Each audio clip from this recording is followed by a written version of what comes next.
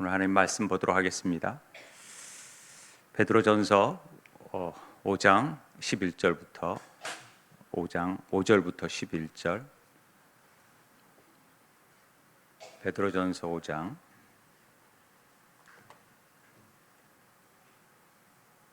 5절부터 11절까지 우리가 보도록 하겠습니다.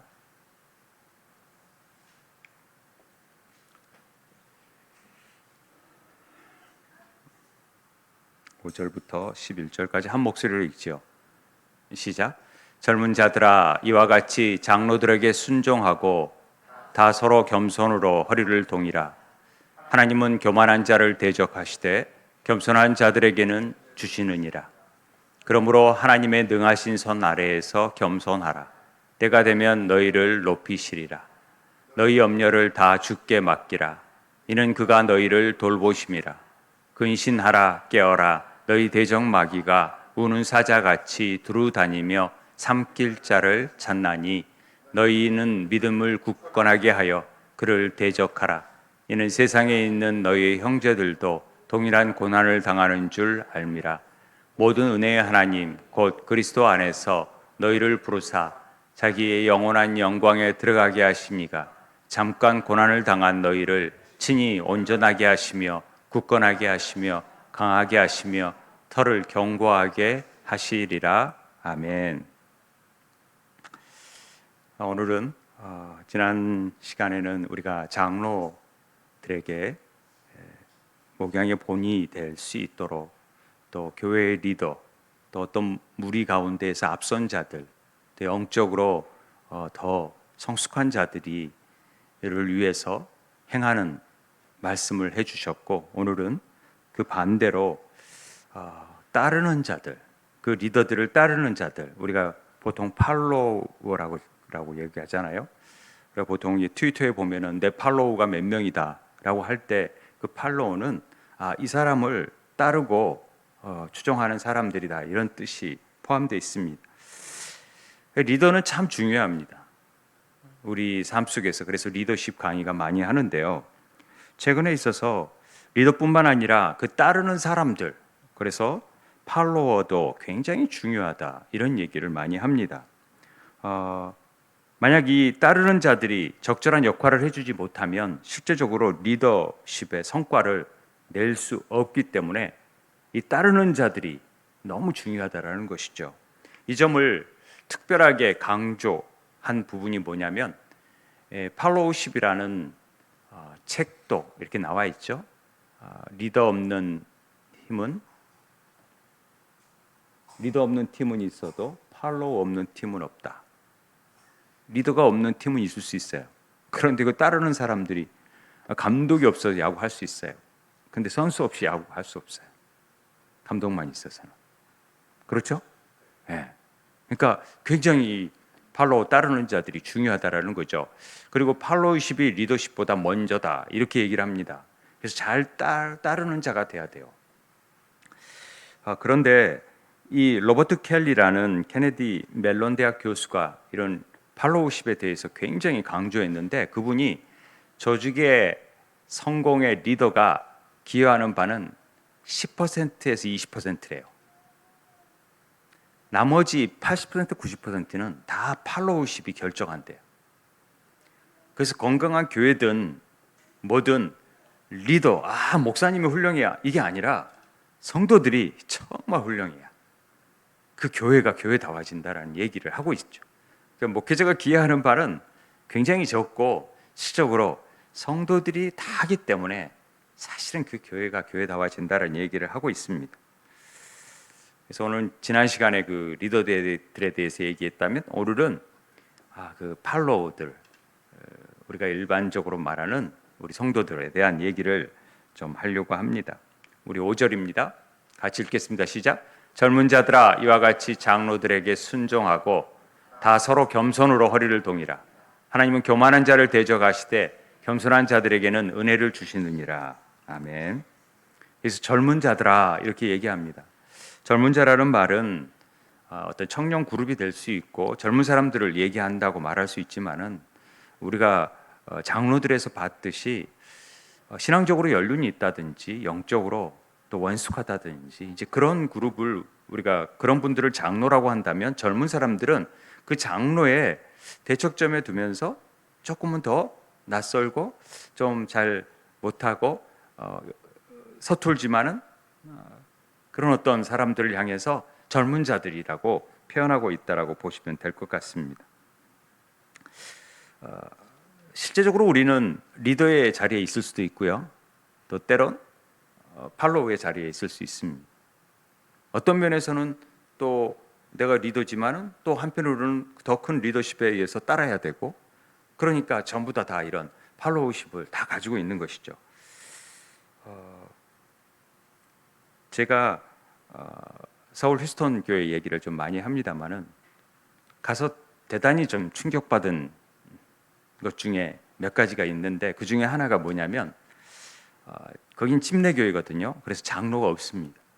그러나 장로 역할을 하고 우리로 말하면 당회를 조직하는 당회를 구성하는 사람들이 누구냐면 안수 집사들이 당회를 구성합니다. 그런데 안수 집사를 선출하는데 이렇게 목자들이 다 나와서 여기 앉혀놓고 질문을 하고 신앙에 대한 질문을 다 하고 목사님도 질문하고 다 해가지고 통과해야지만. 예. 그러니까 굉장히 이게 시험이 공개 시험이 되다 보니까 열심히 공부하고 가정교회에 대한 원칙을 정말 잘 알아야 되고 거기서 안 된 분들이 꽤 있더라고요. 얼마나 창피해요. 그러나 또 한 번 기회를 주고 그러면서 이렇게 할 수 있도록 만들어주는 것을 봤는데요. 그 임기가 4년이래요. 4년. 안수집사, 그 당회, 그러니까 장로가 임기가 4년이라는 뜻이죠. 그리고 1년을 안식하고 연임을 할 수가 있어요. 그러니까 총 8년을 할 수가 있어요. 그리고는 젊은 사람들한테 그걸 물려주는 거죠. 그러니까 항종직이라는 말이 없습니다. 그래서 굉장히 제가 안수집사회 집사회를 가봤는데 봐보니까 너무 젊은 사람들도 있고요. 나이 든 사람도 있고 다 그렇게 섞여져 있더라고요. 그게 굉장히 다양하게 되어 있어서 이렇게 뭐 담임 목사님도 계시지만은 별 얘기를 안 하시고 다 집사들이 얘기를 하고 있고 안수 집사들이 얘기하고 있고 그 중에서 한 명을 1년에 한 명씩 수석 장로처럼 뽑아서 수석 장로처럼 안수 집사장을 뽑아서 이렇게 늘 집사 회의를 하고 교회의 어떤 문제들 이런 얘기들을 다 의논하고 있더라고요. 제가 거기에서 느낀 부분이 뭐냐면 이 장로라는 직업, 그러니까 안수 집사라는 직업, 이 직이 의견을 하나로 모아서 그 의견을 조정하는 곳이 아니라는 것이죠. 뭐라고 써져 있냐면 교회를 행하신 하나님의 뜻을 찾는데 당회의 목적이 있다. 이렇게 써져 있더라고요. 당회라는 것은 이 교회를 행하신 하나님의 뜻이 뭔지를 늘 기도하면서 찾고 그 뜻에 맞춰서 늘 얘기를 해가고 회의를 해간다라는 거죠. 그냥 의견을 조율해서 그렇게 하자라는 측면이 아니라 하나님의 뜻이 뭔가를 찾는 것이 당연하다. 이게 되게 저한테는 깊게 다가왔어요. 저런 것이구나. 저렇게 행하는 것이구나. 그래서 리더가 됐다가 이제 물려주고 다른 사람들이 올라오면 또 열심히 따르고 뭐 내가 장로였다고 계속 그런 게 아니라 안수집사였다고 계속 그런 게 아니라 물려주고 또 따르는 모습들이 참 보기 좋았습니다. 이런 모습들이 우리 교회의 좋은 모습의 본이 돼야 된다고 생각합니다. 그런데 언제부턴가 좀 장로, 당회 이런 것들이 권위주의적인 면으로 자리 잡아가지고 장로교회에서 결코 바람직한 일들이 안 되는 경우를 경험하기 때문에 참 안타깝다는 생각이 들었습니다. 오늘 그 젊은이들로 표현된 팔로우십이 어떠해야 되는가를 좀 더 구체적으로 한번 살펴보려고 합니다. 이 장로라는 어떤 인격을 포함해서 또 어떤 면에서 베드로도 장로에 속하면서도 이 장로들에게 순종하라 하는 이유는요, 어떤 권위주의에 순종하라는 차원이 아니라 교회가 성경의 원리에 따라서 잘 해놓은 어떤 질서를 거기에 적용하고 그 질서를 잘 따라주라라는 말이 이 순종이라는 말에 포함되어 있다라는 것이죠. 그래서 우리는 교회의 질서에 따라서 순종하겠다라는 마음이 있어야 됩니다. 그래서 제일 처음에 우리 따르는 자들에게 부탁하는 말은 순종입니다. 순종하라는 것이죠. 각 교회마다 독특한 문화가 있어요. 그런데 외부 사람들이 와서 그동안 쌓았던 독특한 문화를 이러니 저러니 할 수 있어요. 막 감리교회 왔던 사람이 막 이렇게 저러니 하고, 가정교회를 모르는 사람들이 막 이러니 저러니 하고 평가를 하는 경우가 있는데, 그건 팔로워의 역할이 아니라는 거죠. 그냥 거기에 따라서 그 문화가 책에 나온 질서를 따라가는 것이 좋은 팔로우십이라는 거죠. 그런데 엉뚱하게 생각하는 사람들이 있어요. 자기가 뭘 알고 안다고 이렇게 하는 경우가 있는데, 그러지 않아야 된다는 것입니다. 공동체성에서 이런 질서를 잘 갖춰줘야 그것이 좋은 공동체가 되어진다, 그 얘기를 하는 것입니다. 이 순종이라는 말이요, 어떤 뜻이냐면은 휘포타서라는 말이 복종하다라는 뜻이 있어요. 그런데 제가 이 말을 여자들은 남편에게 순종하다 하라 할 때 설명을 다 했었어요. 이게 어떤 질서의 중요성을 강조한 말이지 막 복종하라 차원이 아니라는 얘기를 드렸잖아요. 그래서 여성은 남성보다 더 열등하니까 무조건 복종, 이런 차원이 아니라 하나님이 세우신 질서라는 것이죠. 그렇기 때문에 아내들은 남편에게 순종하라는 얘기를 하는 것입니다. 이건 자발적으로 자신을 복종시키는다라는 의미가 포함되어 있어요. 히포타스 안에는. 그게 굉장히 중요하죠. 베드로전서에서는요, 굉장히 순종이라는 말을 여러 번 사용하고 있습니다. 우리가 알듯이 인간의 모든 제도와 주를 위하여 순종해라. 그래서 위에 있는 왕, 대통령 순종하라, 이런 얘기 했잖아요. 유정자들에 대해서 순종하라고, 또 주인들에 대해서 순종하라고, 그런 얘기를 했었어요. 베드로전서 2장 설명할 때 남편에 대해서 순종하라, 이런 얘기 했잖아요. 그리고 베드로전서 3장 22절, 결과적으로 우리는 모두 왜 순종해야 되냐면, 하늘에 오르사 하나님 우편에 계시고 천사와 권세자들과 능력들이 다 하나님 앞에 복종했기 때문에 그 질서에 순종한다는 얘기를 하고 있는 것입니다. 오늘도 그래서 장로들에 대한 순종을 얘기합니다. 모든 이름이 예수 그리스도 앞에 무릎 꿇었기 때문에 우리가 그 인간들 중에서도 하나님이 세우신 권위자들 앞에 순종하는 질서를 세우신 것이다, 하나님이 그렇게 말씀하고 있습니다. 중국의 내지 선교의 아버지라고 할 수 있는 허드슨 테일러, 유명한 선교자는 세계에서 가장 위대한 선교가 뭐냐? 자기가 정의하기를 순종이다, 이렇게 얘기했어요. 순종은 세상에서 가장 위대한 선교다. 저는 이 말이 굉장히 깊게 다가와요. 순종을 못한다? 그럼 그게 선교가 아니라 순종하는 자를 통해서 하나님의 순교를 이루어 가시고요. 그런 것 같아요. 조지 워싱턴이라는 사람 잘 아시죠? 조지 워싱턴 아세요? 네, 아시죠? 미국의 초대 대통령. 프랑스 외교관이 와서 그 조지 워싱턴 어머니에게 어떻게 이렇게 훌륭한 아들들을 키웠고 어떻게 다 했냐, 이렇게 물어봤던 적이 있습니다.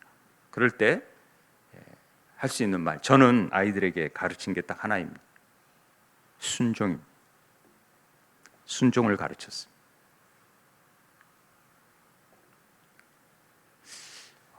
이거 잘 새겨 들으셔야 됩니다. 젊은 혈기를 가진 사람들, 이제 힘이 있다고 하는 사람들은 유언을 무시하기 쉽습니다. 크리스천 젊은이들이 하나님의 말씀대로 순종하는 것을 배워야 되는데 그걸 못하는 경우가 참 많아요. 왜냐하면 부모님들이 순종을 잘 안 가르쳤기 때문에 그렇다고 얘기합니다.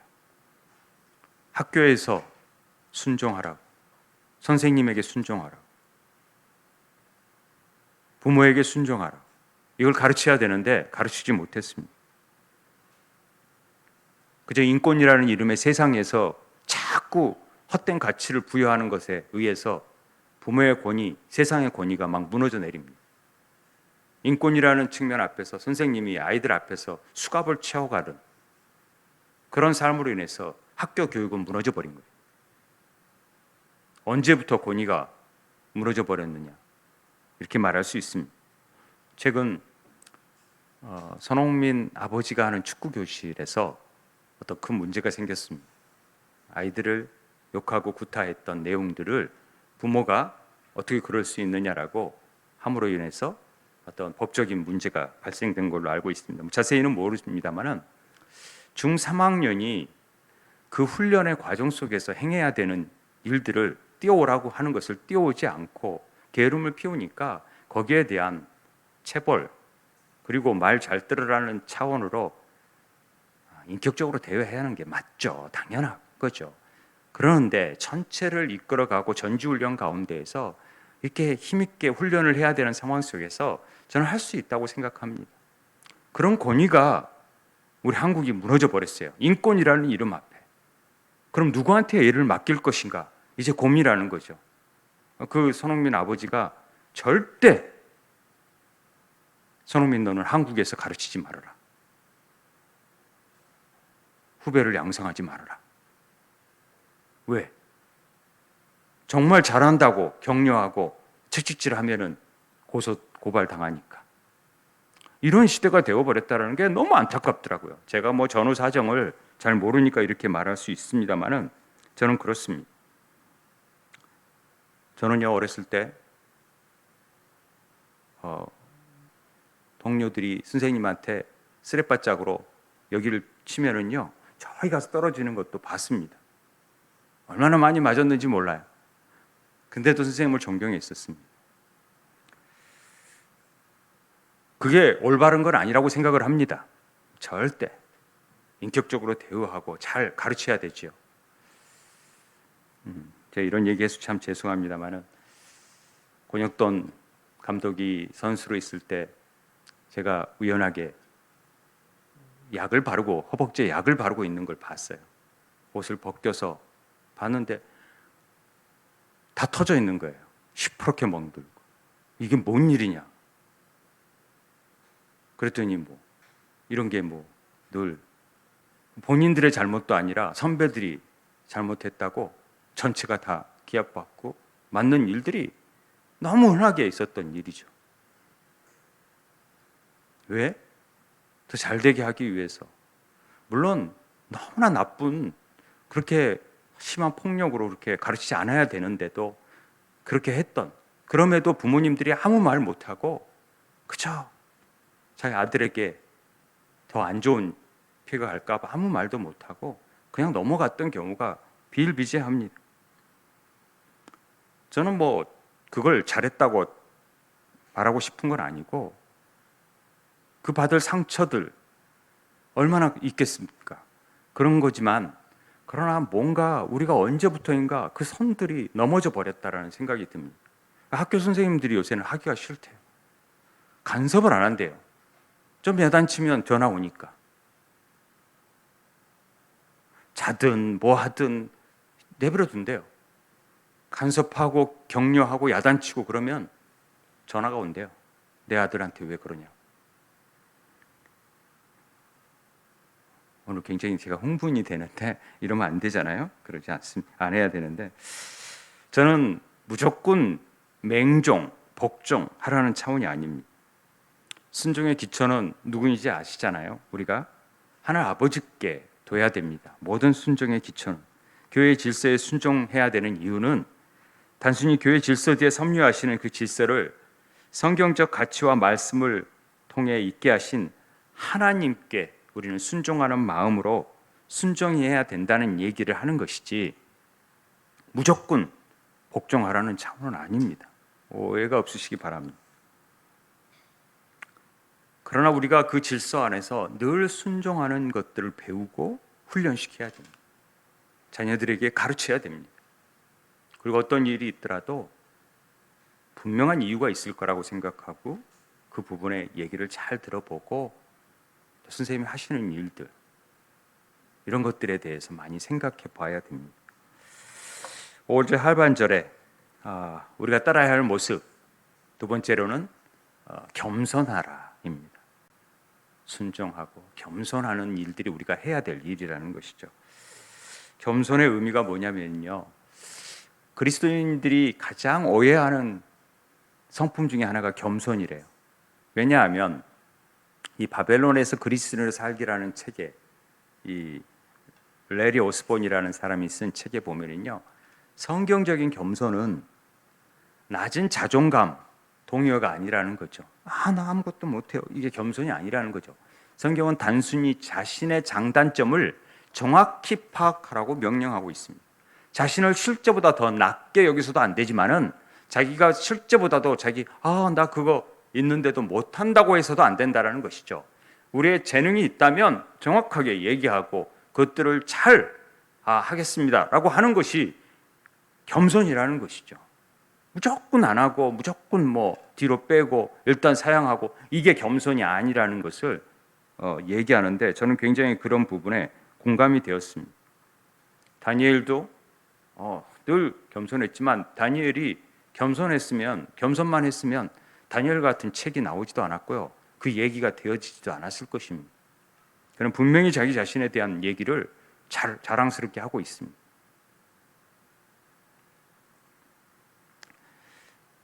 겸허하게 한다고 다 겸손은 아니란 얘기를 하는 것입니다.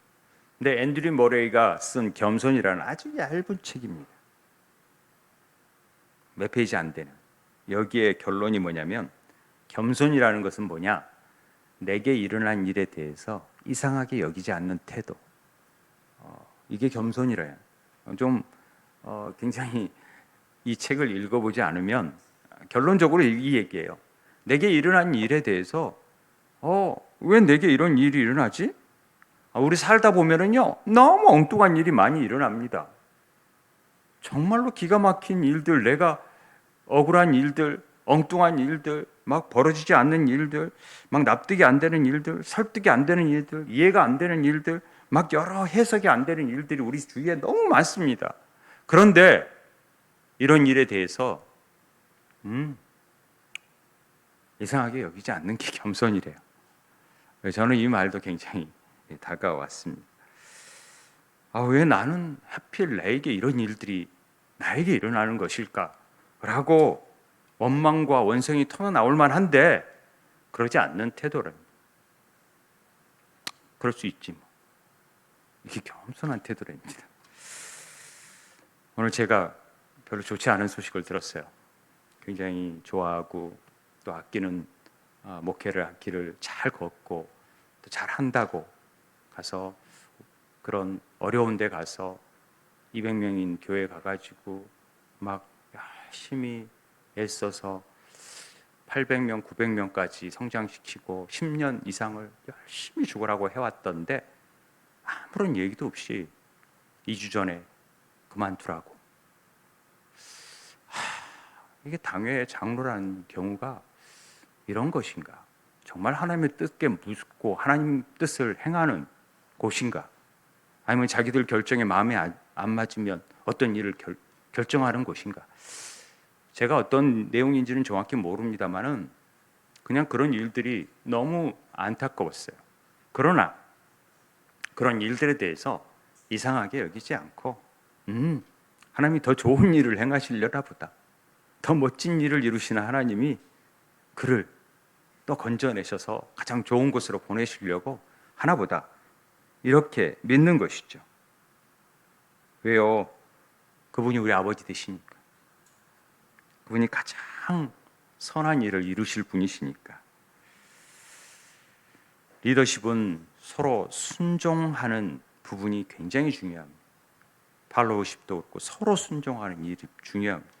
서로 겸손하는 일이 중요합니다. 그래서 서로라는 말을 씁니다만은 그렇게 하지 않으면 어처구니 없는 일이 생깁니다. 리더든 팔로우든 다 같이 하나님께 순종하고 다 겸손하게 행하는 것이 교회의 질서를 세우는 일이라는 것을 깨닫게 됩니다. 오늘 겸손으로 허리를 동이라고 얘기하잖아요. 이 동이라는 말은 옷을 입는다라는 뜻입니다. 겸손으로 옷을 입어라. 너희들이 주인을 시종들기 위해서 치마를 딱 앞치마를 두르고 돕잖아요. 그런 게 동인다라는 뜻입니다. 예수님께서 수건으로 허리에 수건을 두르시고 제 아들을 발을 씻기신 모습, 이런 것들이 겸손으로 허리를 동이신 모습입니다. 늘 낮은 자세에서 겸손하게 섬기라는 의미가 되겠지요. 왜 이렇게 겸손해야 되느냐? 5절에 보니까 하나님은 교만한 자를 대적하시고 겸손한 자에게는 은혜를 주시기 때문에 그런다는 거죠. 여러분들이 꼭 기억하셔야 돼요. 교만한 자는 하나님이 반드시 대적하십니다. 그리고 겸손한 자는 은혜를 주신다, 이렇게 말씀하고 있습니다. 사단의 죄는 늘 하나님과 같이 되려고 합니다. 그것이 교만이죠. 하나님과 같이 비기려고 그러고 하나님의 자리에 앉으려고 그러고, 모든 그리스도인들에게 겸손의 덕을 여기에서 더 강조하죠. 그러나 겸손한 자들에게는 하나님 더 은혜를 주신다. 이래야 교회 공동체 속에서 회원들이 지도자와 협력할 때 고난 가운데, 폭풍 가운데서도 그 교회가 굳건하게 세워질 수 있습니다. 그렇지 않으면 굉장히 어려워지고 뒤집어집니다. 겸손하게 되었을 때 6절에 보니까 그러므로 하나님이 능하신 손 아래에서 겸손하라. 때가 되면 너희를 높이시리라. 하나님의 때가 되면요, 다 높이세요. 그냥 겸손히 그런 일이 내게도 있네, 이런 일이 왔네, 그걸 뭘 항의하고 그럴 필요가 없는 것 같아요. 투쟁하고 그냥 내게도 이런 일이 닥칠 수 있구나, 이상한 일 여기지 않고 하나님 바라보면서 그렇게 나아가면 하나님이 때가 되면 다 높여주시는 것 같아요. 그렇기 때문에 우리가 겸손하라고 얘기를 합니다. 그 모본을 보이신 게 예수님이시죠. 자기를 비워 종의 형체를 가지시고 사람을 모양으로 나타나고 자기를 낮추시고 죽기까지 복종하셨다, 이렇게 했습니다. 죽기까지 복종하신 거죠. 그게 하나님이 높이시는 거죠. 그래.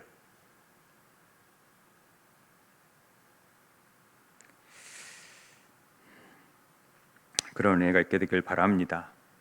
분명히 하나님 때가 옵니다. 그때 높이실 것입니다.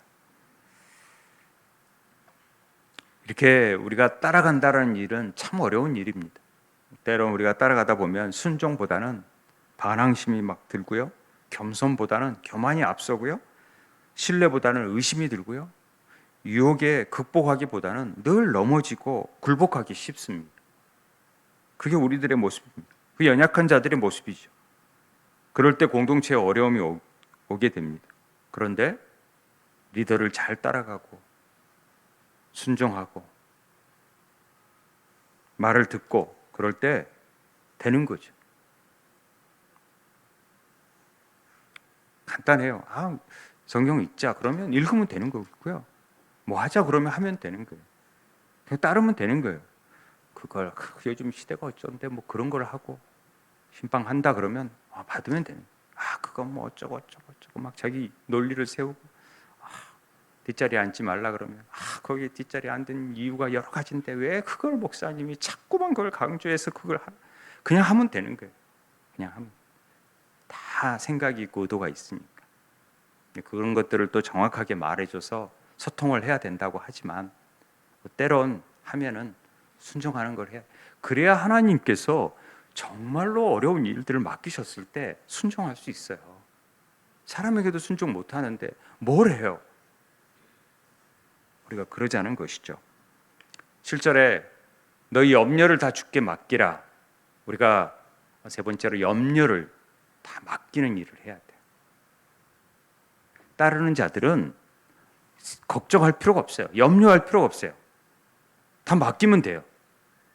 뭐 내가 책임지려고 그래요. 그러면 리더죠. 따라가는 자들은 그냥 믿고 따라가는 거죠.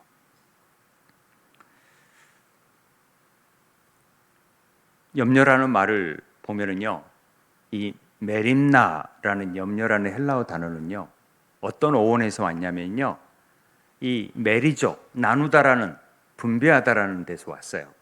그러니까 염려는요, 우리 마음을 막 나누기 시작하는 거예요. 그래서 염려가 막 나누다 보면 걱정이 더 커지고 더 많아지고 더 막 염려를 또 나누고 또 나누고 또 나누고 막 그래요. 그러면 염려가 더 늘어나는 거죠. 우리 마음이 자꾸 나누어지면요, 이런 사람 보고 뭐라 그런 줄 아세요? 보통 현대 정신의학에서는 정신분열이라고 그래요. 마음이 나누어지는 거예요.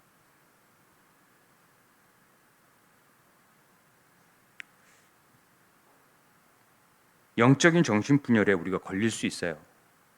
제가 아는 분이 일어나지도 않는 일에 대해서 너무 걱정하고 염려하는 분들이 있어요.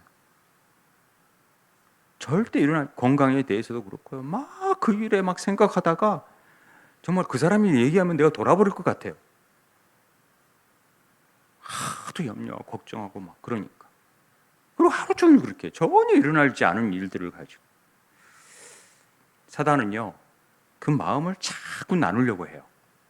우리 하나님 성령은 하나 되게 하시고 그리스도와 하나 되게 하는데 막 분리시켜서 나눠져서 너희들 마음대로 니들이 책임을 지라고 막 얘기하는 거죠.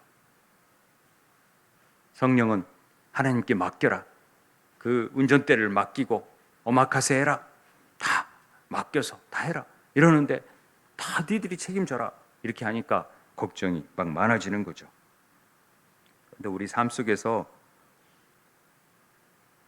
실제적으로 일어난 일들은 20%도 안 된대잖아요. 4%도 안 된대잖아요. 96%가 일어나지 않는 일어난 일들, 우리가 해결할 수 있는, 절대 어떻게 해결 못하는 일들, 그런 일들은 4%뿐이 안 돼요. 근데도 매일 걱정하게 있다라는 거죠. 우리 찬송가를 보면요, 내 모든 시험 무거운 짐을 주 예수 앞에 아뢰이면 근심에 쌓인 날 돌아보사 내 근심 모두 맡으시네. 이런 내 근심을 다 주님께서 다 맡으신다고 했어요. 찬양은 막 열심히 불러요. 그래 놓고 이렇게 막 열심히 해놓고 주님 모든 걸 맡깁니다. 그리고 집에 갈 때는 주님 다 가져. 다시 다 짐을 질고 갑니다. 이러는 분들이 굉장히 많다라는 거죠. 왜 그러는지 모르겠어요. 우리가 여기서 맡겨버리라라는 말이요, 헬라어로 보니까 에피립토라는 말은 던져버리라는 거예요. 맡기다라는 것은 확 던져버리는. 누구한테요? 누구한테? 주님께 그냥 던져버리는. 그럼 내 거 아닙니다. 이거 주님 알아서 하세요. 주님의 소관입니다. 이제 내 소관이 아닙니다. 딱 맡겨버리니까 염려하죠. 걱정하지 않죠. 여러분, 걱정거리가 있다면 맡겨버리는, 던져버리는 일이 있게 되길 바랍니다. 그래서 주님이 책임져 주시는 거죠. 모든 염려를 다 주님께 맡기라, 이렇게 얘기하십니다. 마태복음 6장에 보면은 우리가 잘 아는 말씀 있잖아요. 야, 염려함으로 그 키를 누가 한 자로 더 구하소. 야, 뭐 이렇게 염려하냐. 들의 백합화, 모든 새들 다 먹이고 입히고 그러는데 뭘 염려하냐. 들풀도 이렇게 입힌데 하물며 너희일까 보냐. 믿음이 작은 자들아. 이런 피조물들에게는 하나님이 창조주죠. 그런데 우리에게는 하나님이 누가 되는 거예요? 아버지가 되는 거예요. 아버지인데 하물며 아들인데 내버려 두겠습니까? 그렇지 않다는 거죠. 그러므로 염려하여 이르기를 무엇을 먹을까 무엇을 마실까 무엇을 입을까 하지 말라. 이런 다 이방인들이 구하는 거라고 얘기하잖아요. 아버지께서 이 모든 것이 너희에게 있어야 할 줄 다 아는 것이죠. 하늘 아버지께서. 그래서 먼저 그 나라와 의를 구하라. 그렇게 말씀하시지 않습니까? 그래서 내일 일을 위하여 염려하지 말라. 내일은 내일이 염려할 것이요 한 날의 괴로움은 그날의 족하니라. 이렇게 말씀하고 있는 것입니다. 이방인의 삶의 방식은요, 모든 걸 자기가 책임지는 일이래요. 자기가 알아서 다 자기가 장만해야 되고 자기가 일해야 되고 자기가 그래서 막 구해야 되고 해야 되는 거죠. 경쟁해야 되고 남을 밟고 서야 되고, 안 그러면 자기가 죽으니까, 안 그러면 못 이기니까. 그러니까 인생이 얼마나 힘들겠어요. 아버지 없는 삶 사는 거죠. 아버지가 없으니까 혼자 버티고 살아야 되죠. 우리는 아버지가 있죠. 이방인의 반대말은 하나님의 자녀예요. 아시겠죠? 아버지가 있으니까 그 아버지가 먹을 거, 입을 거 염려하지 말라. 내가 다 책임진다라고 말씀하시지 않습니까? 살아계시고 창조주 하나님이 우리에게 하신 말씀입니다. 꼭 믿으시기 바랍니다. 오늘도 여러분들이 맡기는 연습을 해야 돼요. 왜 우리가 기도해야 되느냐? 하나님께 맡기는 일을 하려고, 맡기는 연습하려고 기도하는 거예요. 하나님, 우리 이런 문제 있는데 하나님 것 나 몰라요? 하고 놓고 가세요. 가져가지 마시고 낑낑대지 마시고. 자그마한 일에도 우리는 맡기지 못하죠. 우리보다 가장 잘 아시고 우리의 선한 마음을 아시고 인도하시고 이끄시는 분, 가장 좋은 거로 주시는 그런 아버지가 우리 하나님 아버지라는 사실을 알았으면 좋겠습니다. 그래서 너희 염려를 주께 맡기라. 그러면 어떻게 한다고요? 너희를 돌봐주신대요. 돌봐주신다는 말이 헬라어로 멜레이라는 단어인데, 멜로이, 관심을 가지고 돌보다 염려하다래요. 염려가 누가 염려를 하시냐면 하나님이 염려하신다. 하나님이 관심을 가지고 하나님이 신경 쓰니까 하나님이 걱정하고 염려한다라는 거죠. 우리가 염려하는 게 아니라. 이게 하나님이 돌보신다라는 뜻이에요. 그러니까 하나님이 돌보신다라는 건 하나님이 내가 신경 쓰고 내가 염려하고 내가 걱정하고 내가 관심 가지고 있으니까 너 신경 쓰지 마라고 말하는 거죠. 그게 돌보심이라는 단어의 의미입니다.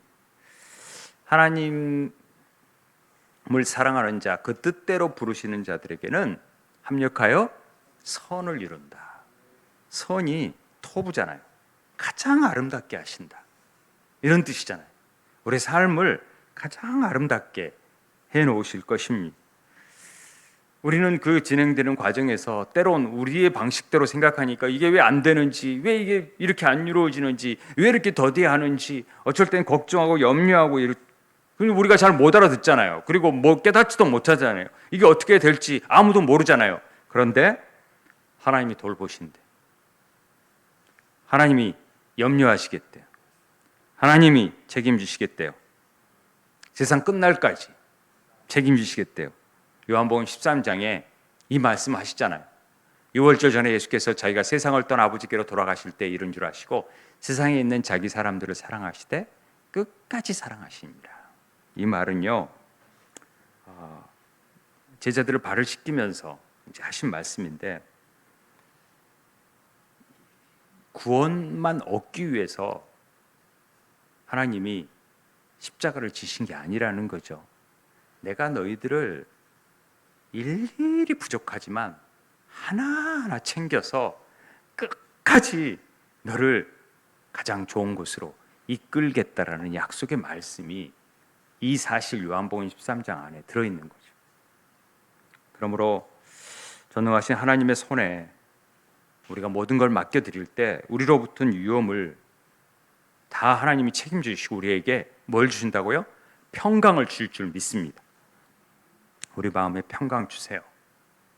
우리는 잘 알지 못하지만 예전에 그 무인도에서 한 기자가, 크리스천 기자가 그 유람선을 타고 가다가 남양군도에서 폭풍을 만나가지고 암초를 받고 막 그래가지고 파산이 됐는데 겨우 다 많이 죽었지만 자신은 혼자 무인도에서 살아남았대요.